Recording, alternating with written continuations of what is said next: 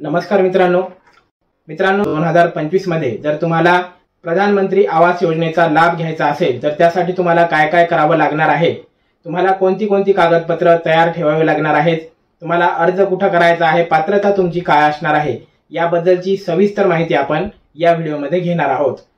जसे की आपल्या मुख्यमंत्र्यांनी देवेंद्र फडणवीस यांनी जाहीर केल्याप्रमाणे महाराष्ट्राला केंद्र शासनाकडून यावेळेस लाखो घरांची स्कीम ही देण्यात आलेली आहे। त्यामुळे 2025 मध्ये प्रत्येक लाभार्थ्याला प्रधानमंत्री आवास योजनेअंतर्गत घरकुल हे मिळणार आहे। त्यामुळे त्यासाठी लागणारी पात्रता आणि त्यासाठी काय काय कागदपत्र लागणार आहेत आणि त्यासाठी कोणती कागदपत्र तुम्हाला तयार ठेवायची आहेत याबद्दल आपण सविस्तर जाणून घेऊया।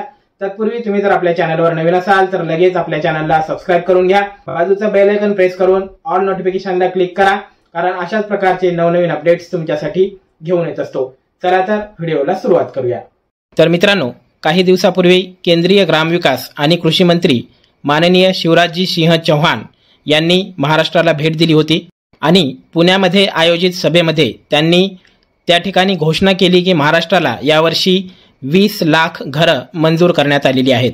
प्रधानमंत्री आवास योजनेअंतर्गत 2024-25 या वर्षासाठी महाराष्ट्राला 19,66,767 घरांची मंजुरी देण्यात आली।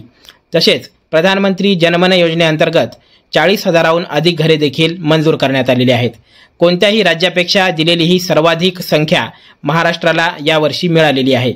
त्यामुळे महाराष्ट्रातील गोरगरीब व ज्यांना पक्के घरं नाहीत अशा सर्व लाभार्थ्यांना आता घरं हे मिळू शकतात। त्यामुळे तुम्हाला लगेच जी कागदपत्रे आहेत ती कागदपत्रे तयार करून ठेवायची आहेत, कारण लवकरात लवकर या योजनेच्या अर्ज प्रक्रियेला सुरुवात होणार आहे। त्यामुळे आताच जी मी सांगेल ती कागदपत्रे तयार करून ठेवा। अपडेट काय आहे आपण बघूया। बघा, प्रधानमंत्री आवास योजना ग्रामीण अंतर्गत प्रति लाभार्थी दिले जाणारे अनुदान या ठिकाणी सांगण्यात आलेलं आहे। प्रत्येक लाभार्थ्याला या ठिकाणी अनुदान हे निश्चित करण्यात आलेलं आहे।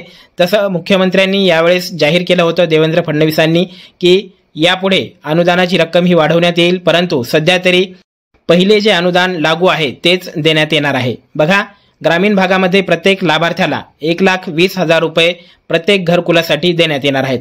तसेच डोंगरी भागामध्ये जर राहत असतील लाभार्थी तर त्यांना 1,30,000 रुपये एवढे अनुदान प्रधानमंत्री आवास योजना ग्रामीणच्या अंतर्गत देण्यात येणार आहे। सदर लाभार्थी निवडीचा अधिकार ग्रामसभेत देण्यात आलेला आहे। ग्रामसभा जी आपली दर महिन्याला होत असते त्या ग्रामसभेला सदर योजनेसाठी लाभार्थी निवडीचा अधिकार हा देण्यात आलेला आहे। त्यामुळे तुम्हाला जे काही अर्ज प्रक्रिया करायची आहे किंवा जे काही तुम्हाला नोंदणी करायची आहे ती ग्रामपंचायतच्या मार्फतच होणार आहे। आता बघूया लाभार्थी निवड प्रक्रिया कशी असणार आहे। बघा, सामाजिक आर्थिक जात सर्वेक्षण सन 2011 मधून उपलब्ध झालेल्या प्रधानमंत्री यादी म्हणजेच जनरेटेड प्रायोरिटी लिस्टची माहिती आवास सॉफ्टवर उपलब्ध आहे। सदर याद्या ग्रामसभेपुढे ठेवून त्यातून पात्र लाभार्थ्यांची निवड करण्यात येते। तर बघा, ज्या लाभार्थ्यांच्या याद्या आहेत त्या याद्या त्या ठिकाणी ठेवण्यात आलेल्या आहेत, जे आवास सॉफ्ट आहे त्यावर उपलब्ध करून देण्यात आलेले आहेत। ग्रामसभेतून ज्या लाभार्थ्यांच्या याद्या त्या ठिकाणी देण्यात आलेल्या आहे त्यामधूनच लाभार्थ्यांची निवड ही करण्यात येत असते। आता यामध्ये महत्त्वाचं म्हणजे प्राधान्यक्रम देण्यात आलेला आहे। बघा, प्राधान्यक्रम कसा आहे। प्राधान्यक्रम सुरुवातीला यादीमध्ये जे बेघर आहेत त्यांना सर्वात आधी या ठिकाणी प्राधान्य देण्यात येईल। त्यानंतर 1 खोली लाभार्थीला प्राधान्य, त्यानंतर 2 खोली लाभार्थी याप्रमाणे निश्चित केलेली ही जी प्राधान्याची लिस्ट आहे ती असणार आहे। प्राधान्यक्रम यादीनुसार व्यक्तीस ग्रामसभेत निवड करण्यात येईल। तर अशा प्रकारे प्राधान्यक्रमानुसार सर्व निवड या ठिकाणी करण्यात येणार आहे। आता बघूया आवश्यक कागदपत्र तुम्हाला काय काय लागणार आहेत। आवश्यक कागदपत्रांमध्ये 7/12 उतारा, मालमत्ता नोंदपत्र किंवा ग्रामपंचायत प्रमाणपत्र या तिन्हीपैकी एक तुम्हाला लागणार आहे। एकतर 7/12 उतारा किंवा मग मालमत्ता नोंदपत्र किंवा मग ग्रामपंचायतचं पत्र, या तीनही डॉक्युमेंटपैकी एक डॉक्युमेंट तुम्हाला त्या ठिकाणी लागणार आहे। त्यानंतर जातीचं प्रमाणपत्र लागणार आहे तुम्हाला, कास्ट सर्टिफिकेट। त्यानंतर आधार कार्ड लागेल, रेशन कार्ड किंवा निवडणूक ओळखपत्र किंवा विद्युत बिल या तिघांपैकी एक डॉक्युमेंट तुम्हाला त्या ठिकाणी लागणार आहे। या ठिकाणी आधार कार्ड, जर तुमच्याकडे आधार कार्ड नसेल तर तुम्ही रेशन कार्ड देऊ शकता किंवा मग रेशन कार्डही नसेल तर निवडणूक ओळखपत्र म्हणजेच वोटर आयडी कार्ड आपण ज्याला म्हणतो ते तुम्ही देऊ शकता किंवा मग विद्युत बिल देखील त्या ठिकाणी चालणार आहे। तुमचं लाईट बिल देखील तुम्ही त्या ठिकाणी देऊ शकता। या 3-4 डॉक्युमेंटपैकी एक डॉक्युमेंट तुम्हाला त्या ठिकाणी लागणार आहे। त्यानंतरचं अत्यंत महत्त्वाचं डॉक्युमेंट म्हणजे मनरेगा जॉब कार्ड। आता तुम्हाला मनरेगा जॉब कार्ड हे या योजनेसाठी तुम्हाला घरकुल योजनेचा जर लाभ घ्यायचा असेल तर मनरेगा जॉब कार्ड हे कंपल्सरी या ठिकाणी तुम्हाला द्यावंच लागणार आहे। आता तुम्ही म्हणाल मनरेगा जॉब कार्ड हे कुठं काढायचं, कुठून मिळतं? तर तुम्हाला ग्रामपंचायतमध्ये जो ग्राम रोजगार सेवक असतो तो तुम्हाला मनरेगाचं जॉब कार्ड हे काढून देतो। त्याच्याकडे आधार कार्ड, एखादा फोटो, अशा प्रकारचे जे काही डॉक्युमेंट त्या ठिकाणी लागतील ते डॉक्युमेंट त्या ठिकाणी तुम्ही द्यायचे आहेत आणि तो तुम्हाला मनरेगाचं जॉब कार्ड हे काढून देतो आणि त्यानंतर तुम्हाला या योजनेसाठी अप्लाय करता येणार आहे। त्यानंतर बँकेचं पासबुक छायांकित प्रत तुम्हाला लागणार आहे। बँकेचं जे पासबुक आहे त्या पासबुकाची एक झेरॉक्स तुम्हाला त्या ठिकाणी लागणार आहे आणि महत्त्वाची गोष्ट म्हणजे बँकेचं पासबुक नुसतं लागणार नाहीये तर तुम्हाला बँकेला तुमचं आधार कार्ड डीबीटीला लिंक असणं गरजेचं आहे, कारण ह्या ज्या योजना आहेत सरकारी योजना, या सर्व योजनांचे पैसे हे डीबीटी अंतर्गत बँकेच्या खात्यावरती येत असतात।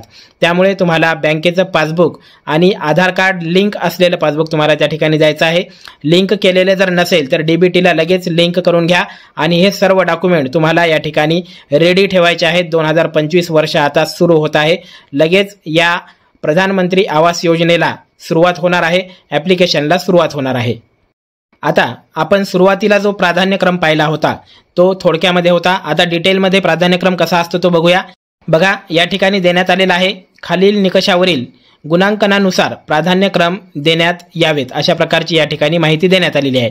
तर प्राधान्यक्रम काय असणार आहे बघा, 16 ते 59 वयोगटातील प्रौढ व्यक्ती नसलेले कुटुंब याला सर्वात आधी प्राधान्य देता येईल। म्हणजेच 16 ते 59 वयोगटातील प्रौढ व्यक्ती जर त्या कुटुंबामध्ये जर नसेल तर या कुटुंबाला सर्वाधिक सुरुवातीला प्राधान्य देण्यात येईल।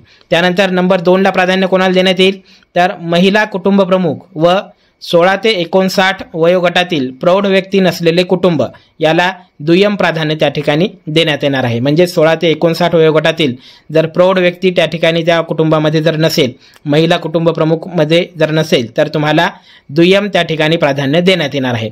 त्यानंतर तिसऱ्या टप्प्यामध्ये 25 वर्षावरील अशिक्षित किंवा निरक्षर व्यक्ती असलेले कुटुंब, जर अशी व्यक्ती जर असेल तर तुम्हाला तिसऱ्या क्रमांकाचं प्राधान्य त्या ठिकाणी देण्यात येईल।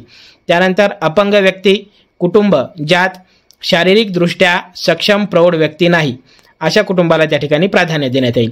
आणि त्यानंतर भूमिहीन कुटुंब ज्यांची उत्पन्न स्रोत मोलमजुरी आहे अशा कुटुंबाला प्राधान्य त्या ठिकाणी देण्यात येणार आहे। सदरील गुणांकनाच्या आधारे ग्रामसभा यादी तयार करतील व अशा प्रकारे गुणांच्या उतरत्या मांडणीने प्राधान्यक्रम यादी तयार करण्यात येईल। या ठिकाणी स्पष्ट सांगण्यात आले आहे की जे प्राधान्यक्रम आहे वरती सांगितलेला त्या प्राधान्यक्रमानुसार या ठिकाणी ग्रामसभेमध्ये यादी तयार करण्यात येईल आणि त्यानुसार या ठिकाणी नंबर लावण्यात येईल। आता तुम्ही म्हणाल मी सर्वात आधी त्या ठिकाणी अर्ज केला होता, माझा नंबर का लागला नाही, त्यानंतर नंतर केला होता, त्याचा आधी का लागला? तर त्यामध्ये ह्या ज्या प्राधान्यक्रमाची यादी आहे, प्राधान्यक्रम जो आहे त्यानुसार त्या ठिकाणी नंबर हा लागू शकतो। आणि आता प्रधानमंत्री आवास योजनेअंतर्गत तुम्हाला घरकुलसाठी अर्ज कुठे करायचा आहे तर ग्रामपंचायत आणि पंचायत समिती या ठिकाणी या योजनेसाठी तुम्हाला अर्ज हा करता येणार आहे। त्यासाठी अत्यंत महत्त्वाची ही माहिती होती, कागदपत्र सर्व तयार करून ठेवा।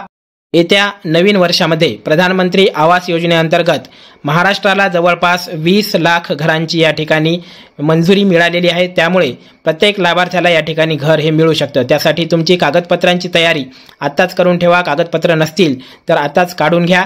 ॲप्लिकेशन सुरू होण्याच्या आधी सर्व कागदपत्र तुम्ही काढून घ्यायचे आहेत। अत्यंत महत्त्वाची माहिती होती। प्रधानमंत्री आवास योजनेअंतर्गत ज्या लाभार्थ्यांना अजून याची माहिती पाहिजे असेल त्यांना हा व्हिडिओ शेअर करा। व्हिडिओ जर आवडला असेल तर व्हिडिओला आत्ताच लाईक करा आणि आपल्या चॅनलला अशाच नवनवीन अपडेट्ससाठी सबस्क्राईब करून ठेवा। चला तर भेटूया पुढच्या व्हिडिओमध्ये नवीन अपडेट्ससह, तोपर्यंत नमस्कार।